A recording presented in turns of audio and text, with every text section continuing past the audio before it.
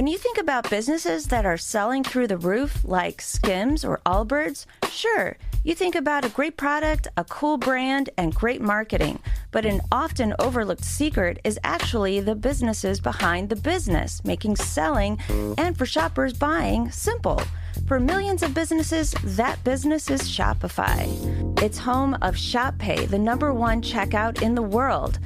You can use it to boost conversions up to 50%, meaning way less carts going abandoned and way more sales going through to checkout. Upgrade your business and get the same checkout Allbirds uses. Sign up for your $1 per month trial period at shopify.com/income, all lowercase.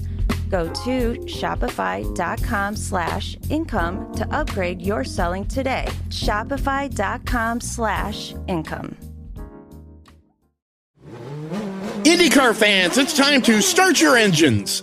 I'm Bruce Martin, host of Pit Pass Indy, the IndyCar podcast giving you an insider's view of the exciting world of the NTT IndyCar Series. Each week, I take you trackside with exclusive interviews from the biggest names in the sport, including champions like Alex Palou, Joseph Newgarden, Scott Dixon, Will Power, and other fan favorites like Pato O'Ward, Christian Lundgaard, and Kyle Kirkwood. Powered by Penske Truck Rental, Pit Pass Indy keeps you up to speed on every electrifying race. Listen and subscribe wherever you get your podcasts. The Presidencies of the United States is a proud member of the Evergreen Podcast Network.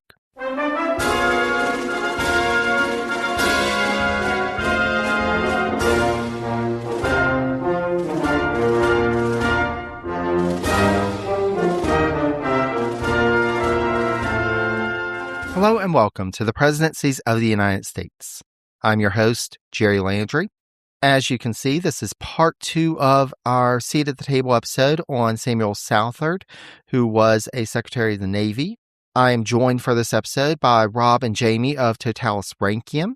If you haven't checked out Totalis Rankium already, after you get done with this episode, I highly recommend you searching for Totalis Rankium wherever you get your podcast. They have 3 amazing series out there.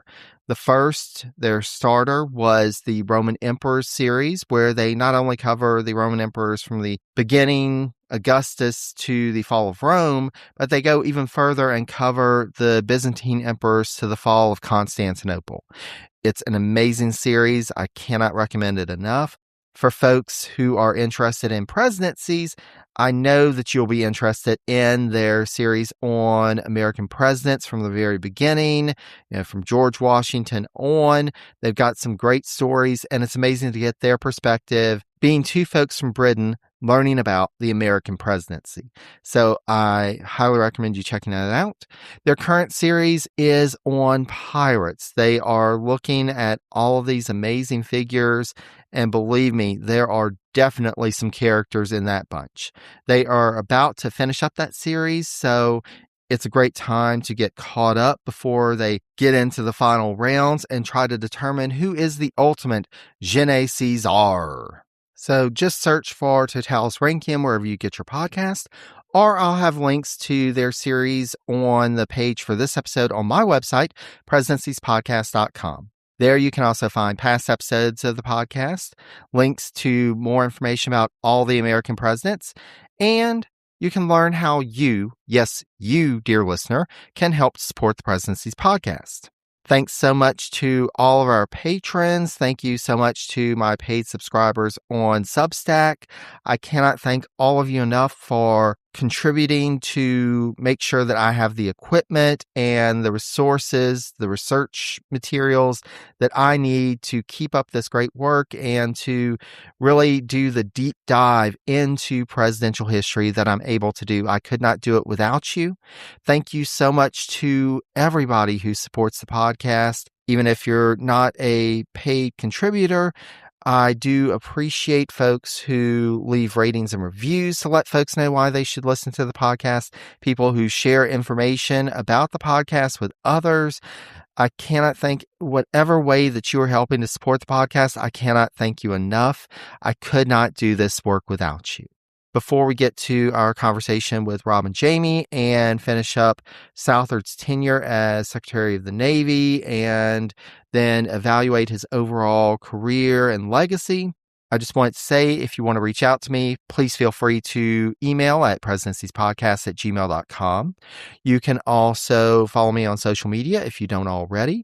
I'm available on Facebook, Blue Sky, and Mastodon as Presidencies, on the formerly known as Twitter at Presidencies89, and on Instagram and Threads as Presidencies Podcast.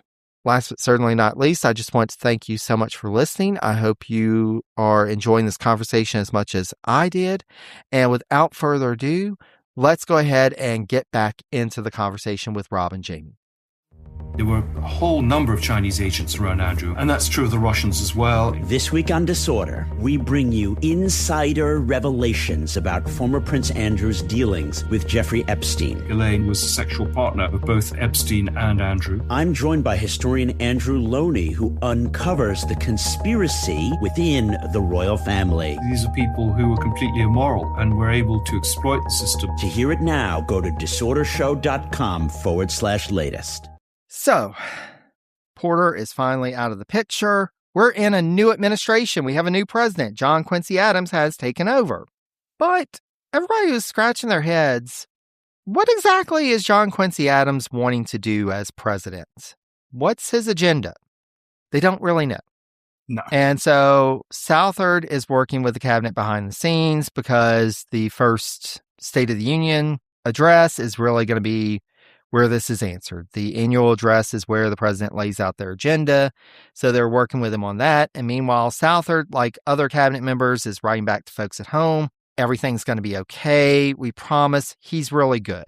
Meanwhile, the cabinet is starting to settle down. You know, Southard's sizing up his new cabinet colleagues. They've got Henry Clay at State, James Barber at War, and Richard Rush at Treasury.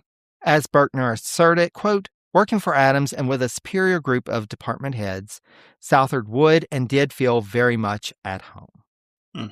He would also work to develop his relationship with President Adams. Of course, Southard was the person who always wanted to be the person in power's best friend. He wanted to be able to have those political connections. And he would get close with Adams. Again, proximity. He showed up at the White House pretty often. He really started to have conversations with him. And so they would develop this close relationship. In terms of his family, with the position secure for at least 4 more years, Southard made arrangements for his family to join him in D.C. Oh, they'd not moved yet. They had not moved yet because he wasn't sure if this was really going to work out. Yeah. That makes sense. So they start renting a place, but then they finally buy a place in D.C., sell their home in Trenton. They're like, okay, we're now a fixture in the social life of Washington. They get very involved. Southard participated in various public events in 1825, including the launch of the USS Brandywine and the USS Peacock, as well as celebrations related to the Marquis de Lafayette's visit to the U.S. that year. Now, as he was settling into his position, Southard had an ambitious plan for improving the Navy through, quote, the construction of dry docks, repairing various naval vessels, quote, developing a naval criminal code, surveying the coastline of the southeastern Atlantic, quote, increasing and improving the medical department of the Navy, improving recruitment and promotion programs, creating, quote, new permanent squadrons for the protection of American interests in the Mediterranean and off the coast of Latin America, exploring Antarctica, founding a new naval academy, and creating the rank of admiral. Oh, wow, that is quite a list. For 4 years at least. Yeah. And securing American interests in the Mediterranean. That's interesting. Yes. So he's got a lot that he wants to do. Yeah. And he's not alone because, of course, when Adams began drafting his first annual message, he's got a lot in there. And the cabinet is like, are you sure you want to lead with that? Because there's concern that the overall tenor, the nature of his initial draft may be a little too far. Adams says, you know what? It's good. We'll send it. Lighthouses in the sky, all the lofty goals. Sends it to Congress. especially the Southern members, freak out. Of course. This guy is pushing for big government. He's pushing for all of these programs. Yeah. And so from that day on, there was a concerted and passionate opposition to the Adams administration. Yep. As Berkner noted, quote, for those disposed to oppose the administration, Adams's message could be characterized as a portent of revived federalism. Dirty word. Federalism. Dirty word. Despite the onslaught of criticism of Adams after this message, Southard wrote to a correspondent in 1826 that, quote, I feel I owe to the administration of which I am a member, and while I approve of its acts, I shall not be found in opposition to it. When I do not approve of its acts, I will cease to be a part of the cabinet which advises. So he's saying, you know what? I'm still behind this. I'm not going to turn tail and run just because right now we're not that politically strong. Yeah. Okay. It doesn't sound like someone who's actually going to be there much longer, though. It does sound like someone who has one foot halfway out the door and is trying to convince himself he's not. Yeah. Well, there is an advantage to him of being in this post because, have we mentioned, patronage. He's looking at this in terms of I'm close to the guy who appoints all these federal posts, and he's talking about new posts. So maybe that will work to my advantage if I can get some of my folks in. Yeah. So he's still thinking that there's some advantage to him here. So through his family and a network of friends and Princeton alums, Southard kept informed of what was happening on the ground in New Jersey. After 1824, so much is in flux and in question. Though the administration seemed to be on a good footing for a bit, at least in terms of the issues, there was still a strong pro-Jackson faction in New Jersey. And at this point, Southard is definitely on the outs with Jackson. He has committed to Adams. Yeah. He's committed to the administration. This isn't good. And this Jackson faction is still there.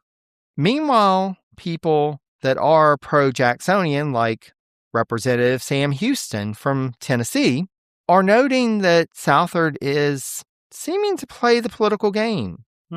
They're like, he keeps on using the excuse of official duties to travel to New Jersey in order to campaign. Is that really good? Do we really want that?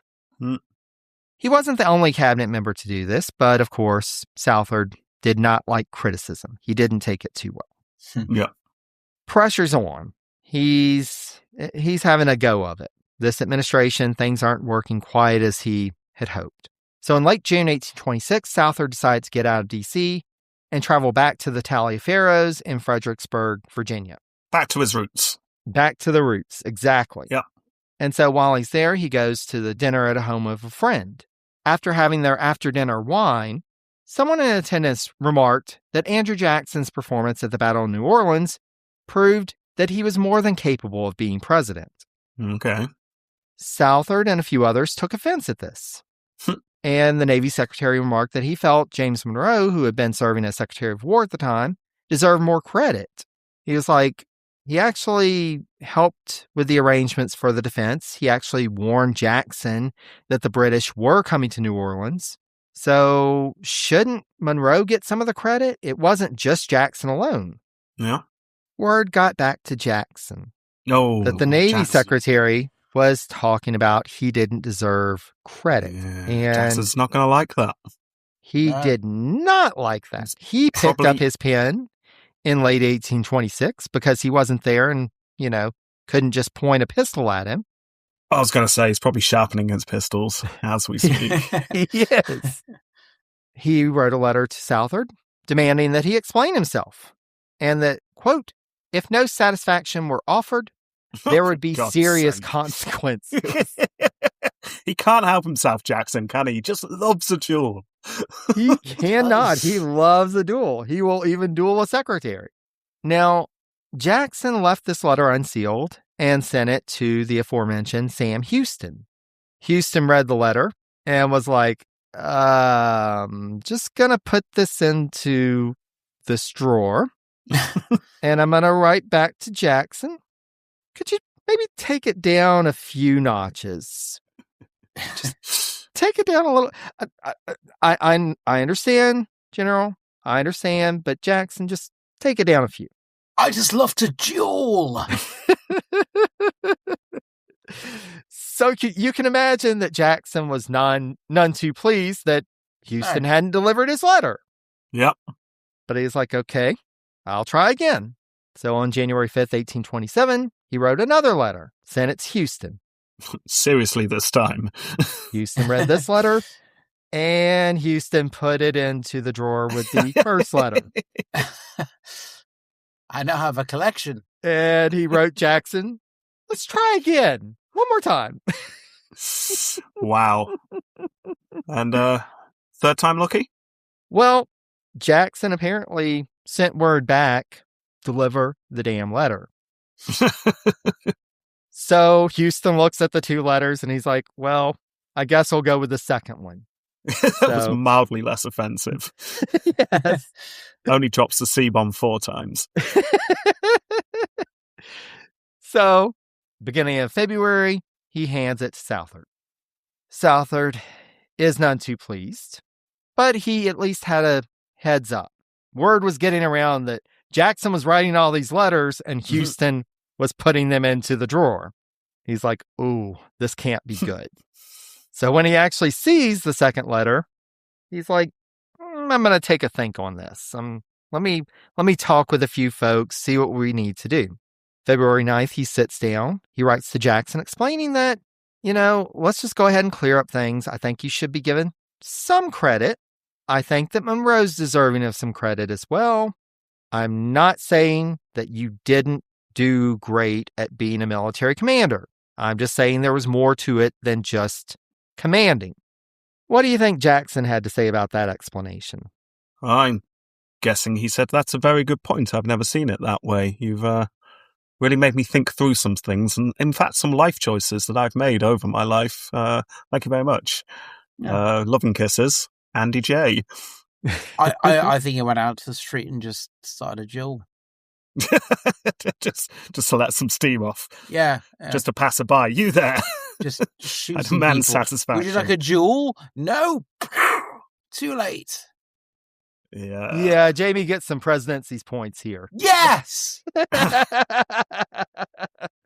Damn it, you're saying I was wrong? God. It sounded so believable.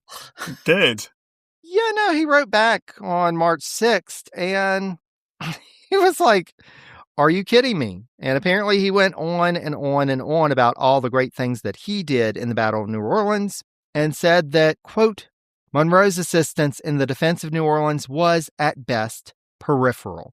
He ended his rant with a warning for Southard. Quote, I have therefore to request, when on your electioneering tours or at your wine drinkings hereafter, you will not fail to recollect these historical facts, which indeed you ought long since to have known. Ooh. And then he proclaims their correspondence at a close. Okay. So, no duel, but think about this. No duel. Think about this. I'm done. Does not offer him the opportunity to reply back. Even worse, he has the letter published in an anti-administration newspaper in order to publicly humiliate the Navy Secretary. Yeah, that's not good. So Southard is sitting there, fuming, and he realizes there's no winning here. So he takes up his pen, writes his remarks on the correspondence, and promptly files it away in his papers. He's like, I can't take this any further. No duel was fought, but this was not good for anybody. No.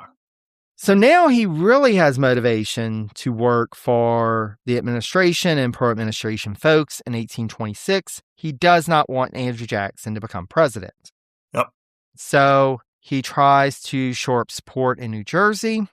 It's not good. No. Like, he even tries to get former Federalists on board. Things do not go well. Nothing is really going good right now. So he has to think. In the fall of 1827, he comes up with this great idea. he writes back to his friend John Taliaferro in Virginia. He's like, could you talk with the former president, James Monroe, about possibly being Adams's running mate? Ooh. Monroe says, no, thanks. Well, yeah. I'm good. I was president. Why would I do this? Yeah, that was never going to happen. No. But this is kind of how desperate he is to try and figure out something. Yeah. So Southard remembers, oh, that's right, I'm Navy Secretary. Maybe I should do some Navy stuff.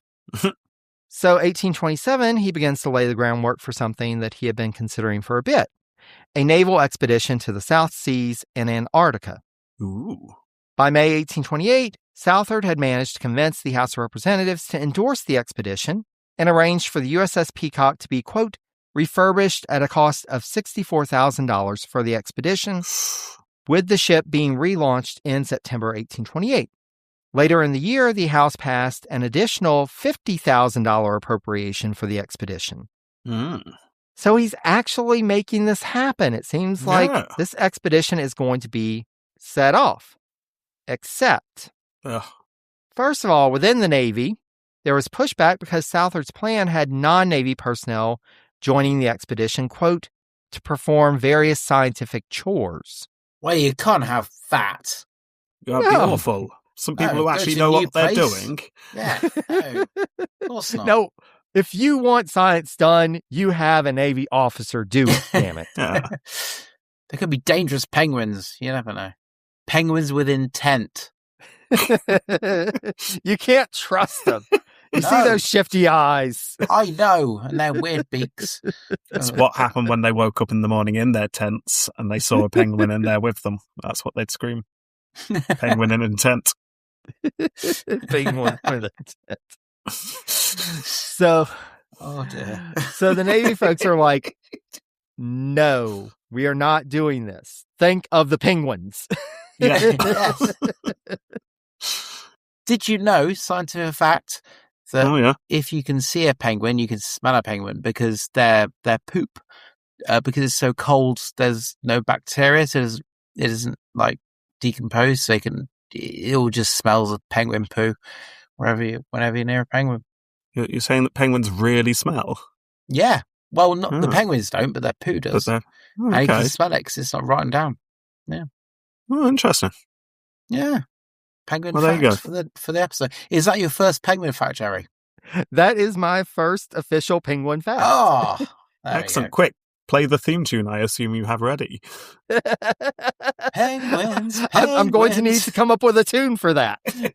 Penguin facts. They're all dressed in their formal gear, but they stink. Yes. Yeah. Oh, that's a shame. Well, good to know. Because this expedition is not going to actually happen. Oh. Because beyond just the after Navy, all the facts. Well, they heard about the penguin poo and they were like, no. Yeah. No, we're not touching that. Literally. We're not touching that. But meanwhile, there were political barriers because, of course, this was getting close to the election. And so though Southard had maintained a cordial relationship with the pro-Jacksonian chairman of the Senate Naval Committee, ultimately he was like, politics trump everything. No, we're not doing this. Why are we going to be sending an expedition to the South Seas and Antarctica? The chairman delivered a speech on February 5th, 1829, denouncing the expedition as, quote, an unnecessary luxury in an era when so much of American terrain remains uncharted. Fair point. Yeah, you can kind of see that. He's like, we don't even know what's on this continent. Why are we going to explore other continents? I think I know the reason why. It's all to do with bears. Like, you the further north you go, the bigger the bears get. More bears. Black bear, ooh, grizzly, oh my, that's terrifying. Polar bear, biggest bear on earth. What are we going to find down south? Anti-bears. Anti-bears, exactly. Yeah. Just bears, but inside out. Just the void where a bear should be. But do they smell the penguin poo? No, so the nose is on the inside. So there we go. See, that's how nature works to protect the bears from the smell of penguin poo. Yeah, science. Yeah, okay. It's science. Definitely science. I get the feeling that maybe this is why the trip was cancelled, because the scientists sitting around discussing it were having these kind of conversations. It's like, no, we're not doing it. Well, while drinking their brandy. Yeah, exactly. Yeah. But, I mean, it is a good point. They had not discovered the whole of North America yet. Kind of want to know where you're living, surely. Exactly. Yeah. So the expedition does not happen. But he tried. He had big dreams. He was getting there. But, again, just as politics shut down the expedition, politics was in everything at this point. As noted by Berkner, quote, the combination of principle and expediency intensified Southard's commitments in 1828. Through the first 8 months of the election year, Southard worked on virtually every front to re-elect the president. He tried to use patronage to his advantage by pushing forward candidates who would help him in strategic parts of the nation. He worked to get pro-administration papers funded. As noted in the last Seat at the Table episode, he worked behind the scenes to get his predecessor, Supreme Court Associate Justice Smith Thompson, to stand for election as governor of New York. He traveled. He rallied support through his correspondence. Southard was all in for Adams's reelection. That's a shame. But trying to balance his responsibilities at the Navy Department and kind of heading the president's reelection campaign, Southard wore himself out and in late September, quote, was struck by fatigue, then a fever. For nearly 3 full months in the late summer and autumn of 1828, he was confined to bed. Oh, no. Yeah. So he is physically suffering during this time. Though New Jersey was retained in Adams's column, of course, the election went to Jackson. Yep. So, Southard was clearly out of a job. There was no way he was going to be kept on as Navy Secretary under Jackson. No. So, Berkner concluded that Southard's 6 years as Secretary of the Navy might have been, quote, the most fulfilling of his life. Certainly, they were the most demanding on his energies and the most exhilarating in terms of the status he enjoyed and the influence he wielded. More importantly, in terms of his legacy, is that he came into office to a Navy department that was demoralized, driftless, and not well respected. He had been able to turn this around and leave a department that was stronger than it had been when he took office. And of course, naturally, he did not, that big list of things that he had to do, he did not get all of them done, but he did leave the Navy on a better footing than he found it. That's good. Though Berkner concluded that, quote, Southard may not have been the most accomplished individual ever to run the Navy Department, he surely ranks among the most diligent and durable. Okay. In terms of his role in the cabinet, especially during the Adams administration, Berkner notes that, quote, Southard did act increasingly in a political role, primarily as an advisor and activist and conduit and judge of public opinion on specific issues. As a political weather vane, Southard was never supremely adept. As a policymaker, he was dominant only with respect to naval affairs. Yet, as an influence in the cabinet, he was, over time, increasingly a figure of weight. But all that is gone now, because when Adams left, Southard was out of the cabinet and out of office. Was he still ill at this time? He was not doing great, but he would stick around for a bit longer. Okay, fair enough.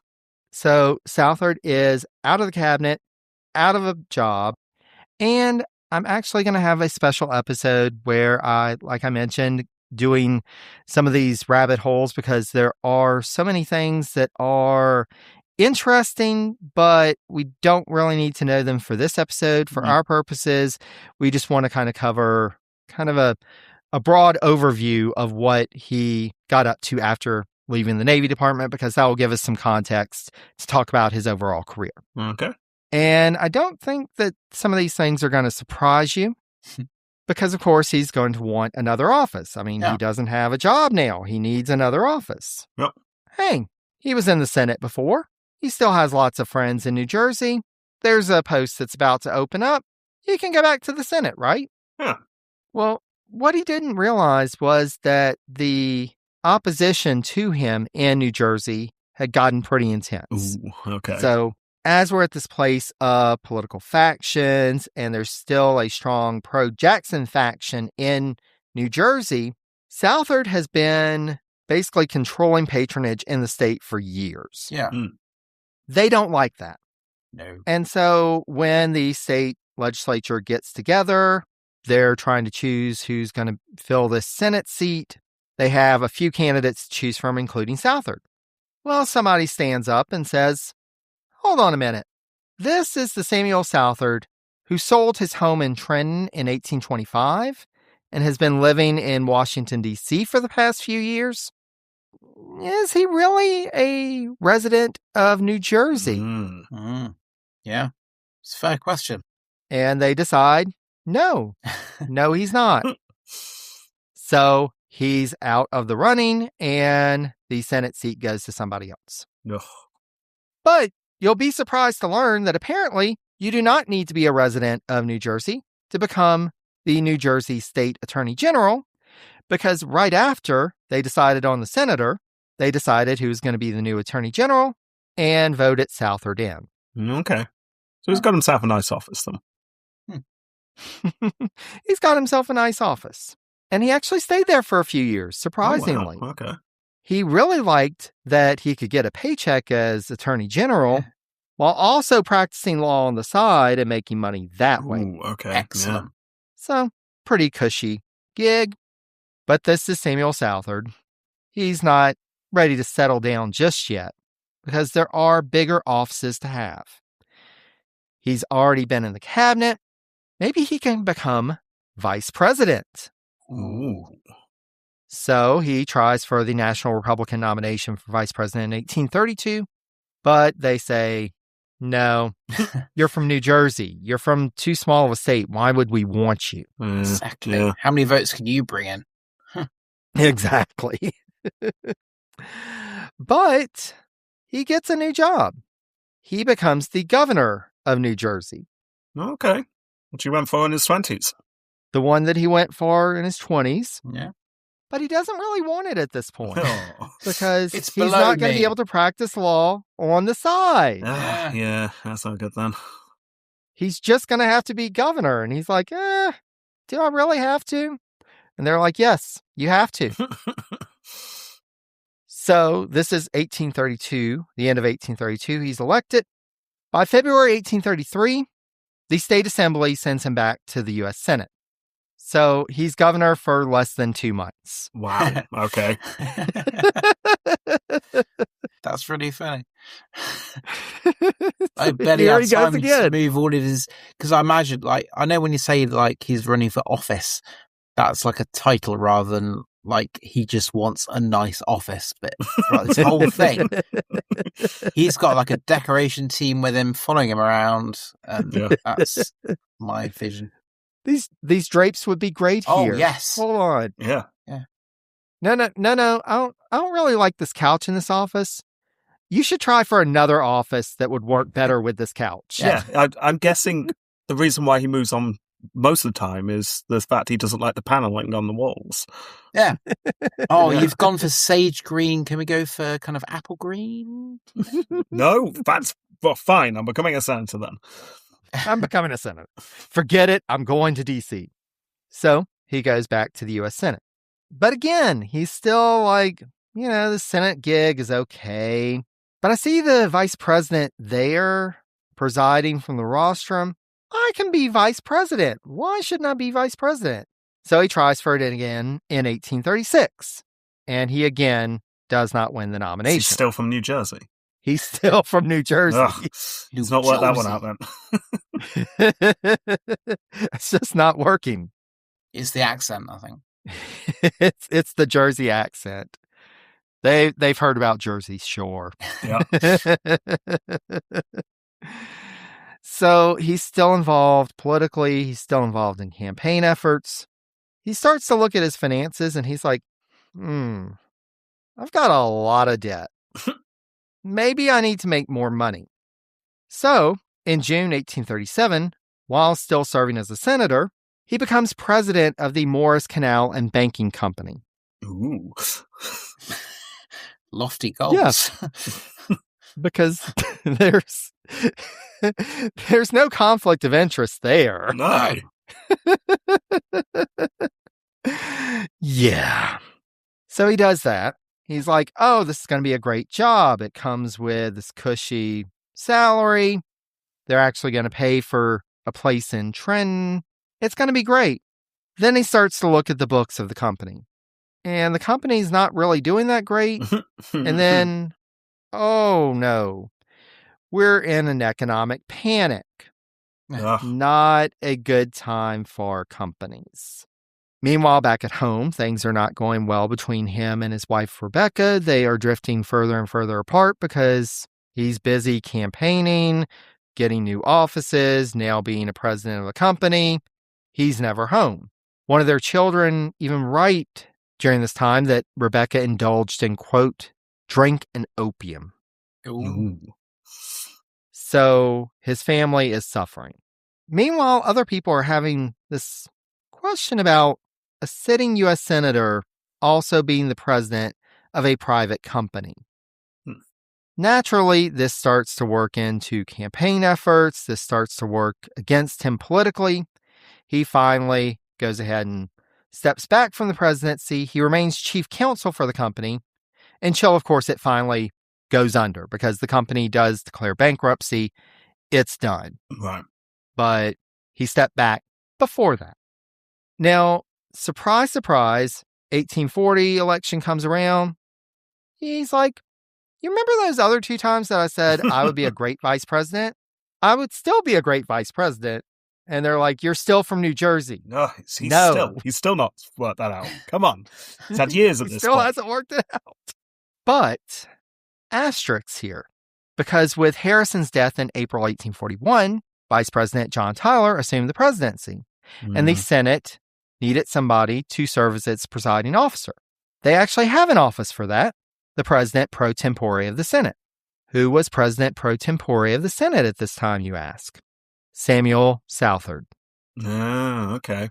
So, by Harrison's death and Tyler becoming president, Southard becomes next in line for the presidency. Ooh, okay. But in early 1842, he begins to suffer from ill health. Ugh. In late May, he was taken to his in-laws' home in Fredericksburg and submitted his resignation as president pro tem on May 31st, protesting that given his, quote, indisposition to prevent the possibility of either private or public interest being neglected, I feel constrained to resign. Ugh. Southard's son Henry traveled to Fredericksburg to be by his bedside and kept his father's friends and associates informed of his condition throughout June. He had a brief resurgence mid-month, but finally Southard fell into a coma and passed away on June 26th without coming to. Oh. His family was by his bedside as he passed. Oh. Both houses of Congress paid homage to Southard, including the president under whom he had served, now the gentleman from Massachusetts in the House, John Quincy Adams. Adams said that, quote, the soundness of his judgment, the candor of his disposition, the sweetness of his temper, and the firmness of his adherence to his own sense of right were, to me, as a colleague and a confidential assistant and advisor, a treasure beyond all price. After his body lay in state briefly at the U.S. Capitol, Southard was interred at the Congressional Cemetery next to 2 of his children.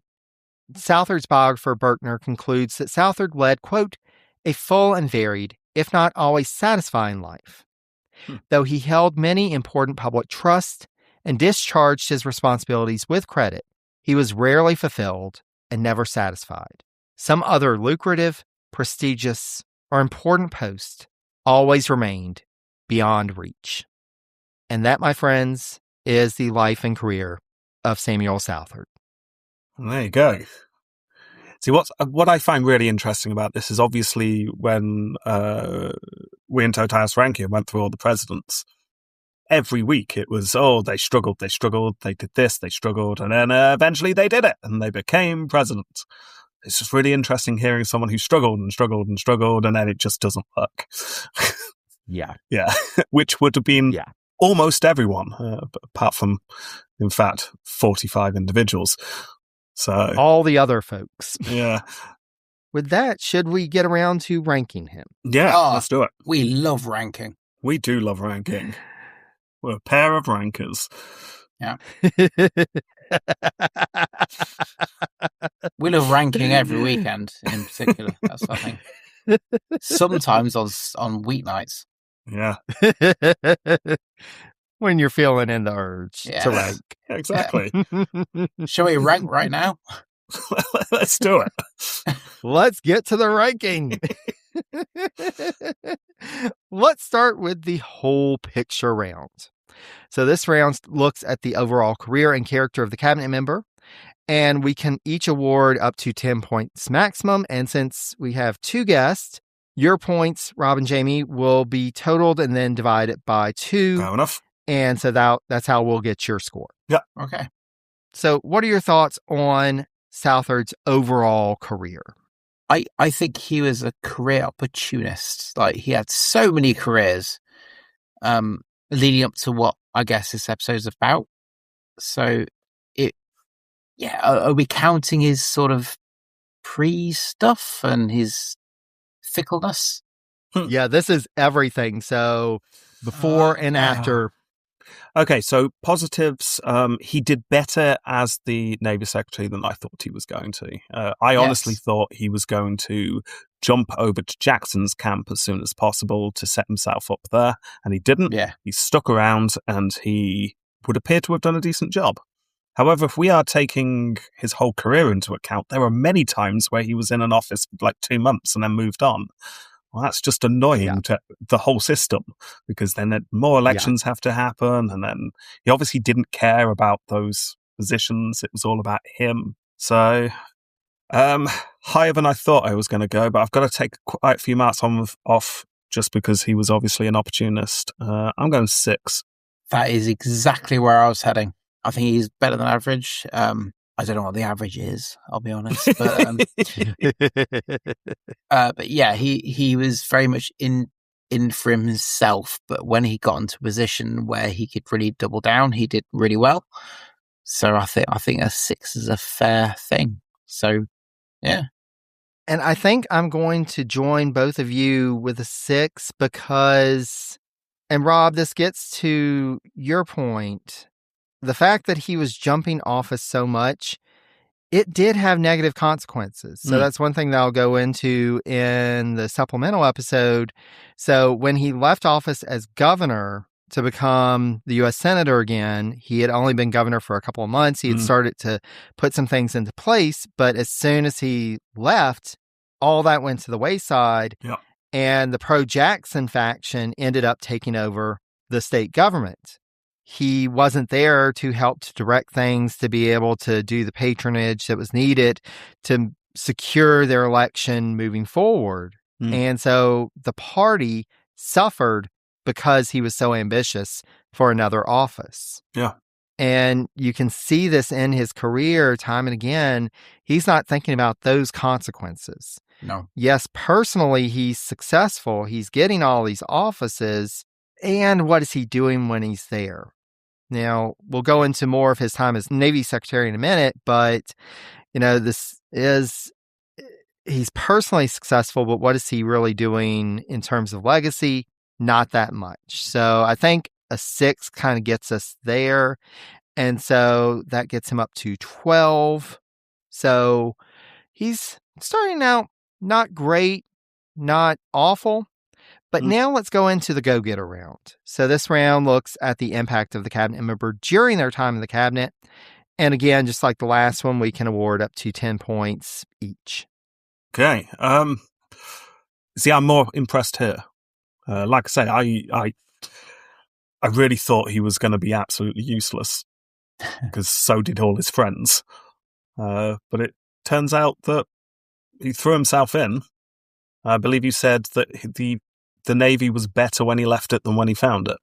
Yes. I mean, well, you can't argue with that, can you? If you can do that, you've done a good job.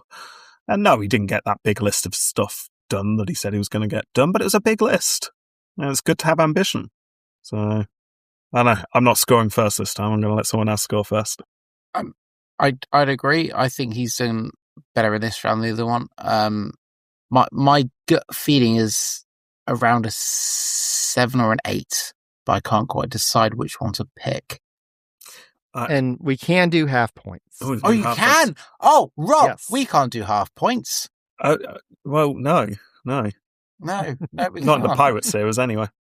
No, this is so much more freedom. It's great. Okay, 7.5 I'm going to get. Because I can, it's a novelty. I'm going 7. No, you know what? I'm going 6.5, so I'll score rounds to 7, Jamie. Yeah, this is a tricky one because no, he didn't get all the things accomplished that he wanted to, but part of what goes into this round is thinking of being able to serve within the cabinet, being able to serve the administration, and that's where he was really strong. He threw himself into supporting the Monroe administration and then, of course, the Adams administration. That's really where he made his mark. And the fact that he was so diligent, he was actually trying to do a good job for the Navy. He was trying to be an advocate for the Navy.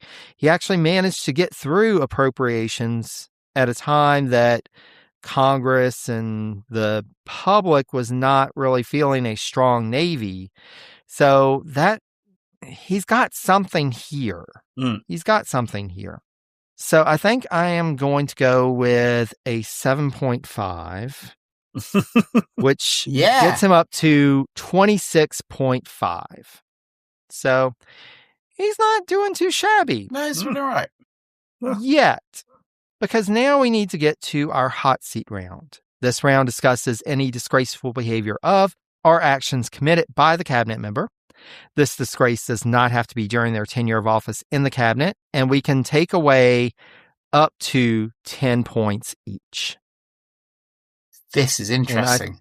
I think there are a few things to discuss with Southard. Yes. So, obviously, the slavery stuff. Yeah. That's a big one. Yeah. You know, he did enslave individuals. Mm-hmm. And so he is already getting some points off here. Yeah. But then we also have to consider the Missouri crisis. Yes. Yeah. Good point. Because he basically said that Missouri could say that free Black individuals could not settle there. Yep. Yeah. I also didn't discuss this, but he was involved in the American Colonization Society, which basically advocated for free Black individuals being taken to what became Liberia and recolonizing in Africa. Yeah, he's not one of those people who was caught up living in the times slavery was around him, but he half-heartedly resisted. It sounds like he was someone who was more than happy with slavery happening around him and would happily contribute to it. Absolutely. So, that's not good. No. Also, I think, like, the fact he was quite flitty, like, his main goal was to gain power rather than to necessarily do what's best. Maybe doing what's best for him was incidental, I'm not quite sure, but, yeah. Yeah. You definitely see in his career this personal ambition, and you don't really get a sense of him being somebody who had lofty goals. It was more about political expediency. It was more about working the system. Yes. And he even started because of his father. His father opened so many doors for him. Yeah. Oh, yeah, the nepotism. Yeah. I'm thinking 4. Yeah. So -4? Yeah. Yeah, I'll join you on that, Jamie. Yeah, good. Yeah, I think we've seen worse. And of course, you know, when we're talking about slavery and enslaving individuals, there's no quantifying it. It was awful. Yes. But I do agree. I think here a -4 accounts for that, accounts for his policies, accounts for all of this, just not really being concerned about the negative impacts on other individuals. He's really more focused on political gain. Yeah, definitely. Yeah. So that brings him down to 18.5. Ooh. But he does have an opportunity to earn a few more points because now we're in our tenure of office round. This is the entire time that a cabinet member served in a full-time capacity. So he was Secretary of the Navy from September 16th, 1823 to March 4th, 1829. And so rounding, that gets him 6 points in this round. Okay. Now we get to the bonus points.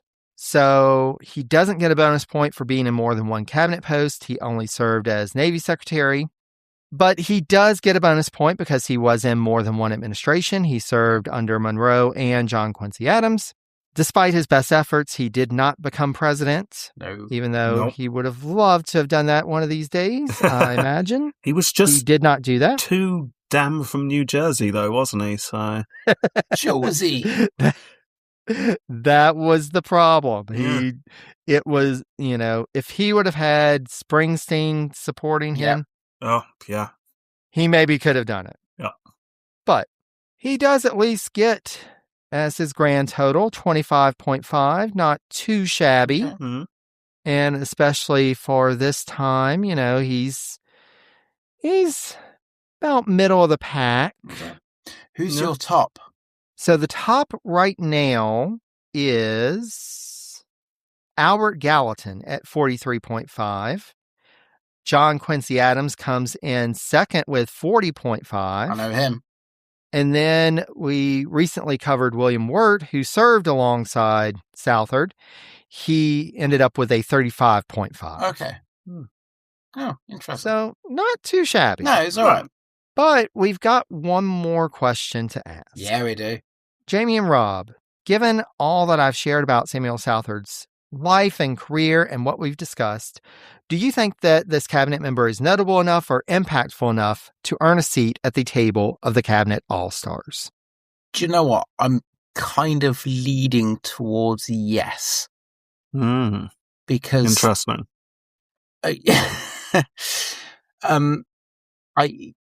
From the comments he'd made, especially his eulogy, which could be overly nice, was like he completely changed it from a depressive. Said he was just drinking rum and being, because they don't do that now. Feeling really sad and just miserable. It's like there's no direction to anything. He perhaps gave it direction, which led to the modern sort of where the US is now in its state. So I'm leaning towards yes. Rob, I'm leaning towards no.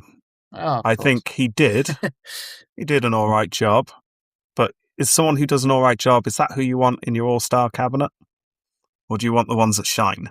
Good question. And just for comparison, let's look at some of the folks who are already cabinet all-stars. Oh, dear. So we actually gave it to Henry Knox. Yeah. Oh, yeah. Of course, Hamilton. Yeah. Benjamin Stoddard, who was the first Secretary of the Navy. Mm-hmm. Henry Dearborn. James Madison. Albert Gallatin. Robert Smith, also another Secretary of the Navy. James Monroe. Alexander Dallas. John Quincy Adams. And William Wirt. Yeah, some big names. Yeah. I'm going to stay by my yes, because I think if he improved it and made it to what it eventually would become, then I'm going to stand by that. Fair enough. I'm going to stick by my no. I think you can do better. Jerry, you have the tiebreaker. So, Jamie, I agree with your points, but in your face, I'm not sure. I don't think he necessarily cuts it. I think if he would have been able to get some of the things that were on that big list done. If he'd gone and picked up some penguins. Yeah. If he had made it to the Penguins, I think we could have justified it, but I just don't, and yes, he did. He was very strong for the administration, and heaven knows John Quincy Adams needed all the friends he could get while he was president. Yep. But I don't think it was enough. I don't think he had enough of a long-term impact to really say that he's a cabinet all-star. Yeah. So with that, fair enough. Samuel Southard, we are sorry. I'm sure that you will find another office somewhere that will be perfect for all the furniture you've picked out. Beautifully decorated. I have no doubt. And if it doesn't work out, guess what? In a couple of months, you can find another one. Yeah. All good. He's a mover. It's all good.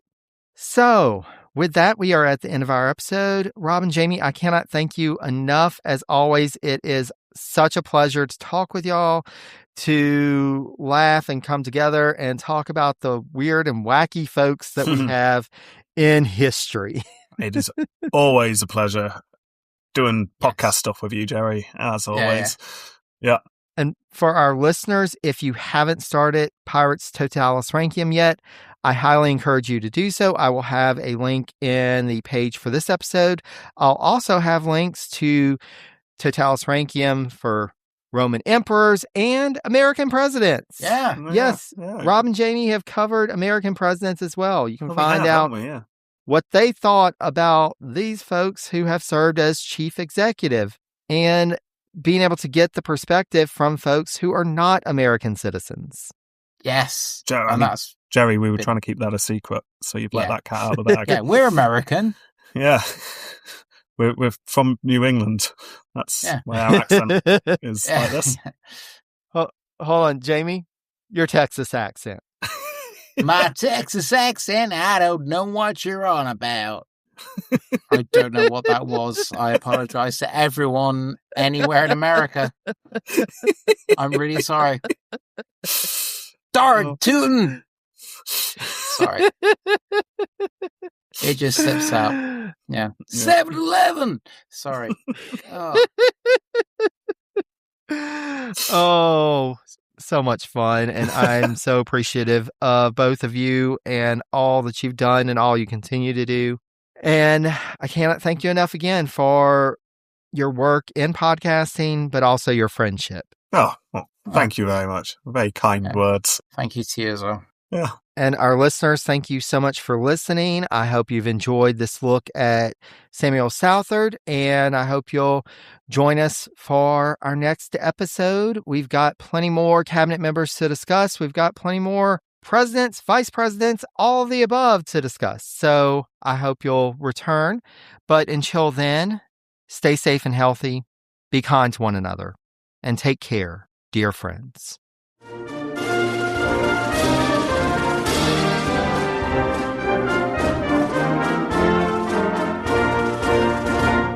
I'm Ken Harbaugh, host of Burn the Boats from Evergreen Podcasts. I interview political leaders and influencers, folks like award-winning journalist Soledad O'Brien and conservative columnist Bill Kristol, about the choices they confront when failure is not an option. I won't agree with everyone I talk to, but I respect anyone who believes in something enough to risk everything for it. Because history belongs to those willing to burn the boats. Episodes are out every other week wherever you get your podcasts. In 2021, the wife and son of Alex Murdaugh, an attorney from a prominent South Carolina family, were found shot to death. The story captivated the nation. That's when we began the podcast Impact of Influence. In March of 2023, Alex Murdaugh was convicted of murdering his wife Maggie and their 22-year-old son Paul. The latest, Alex Murdaugh was granted a new trial by the South Carolina Supreme Court citing jury tampering. The case will be tried before the end of the year, and we will be on top of it. Get Impact of Influence wherever you get your favorite podcast.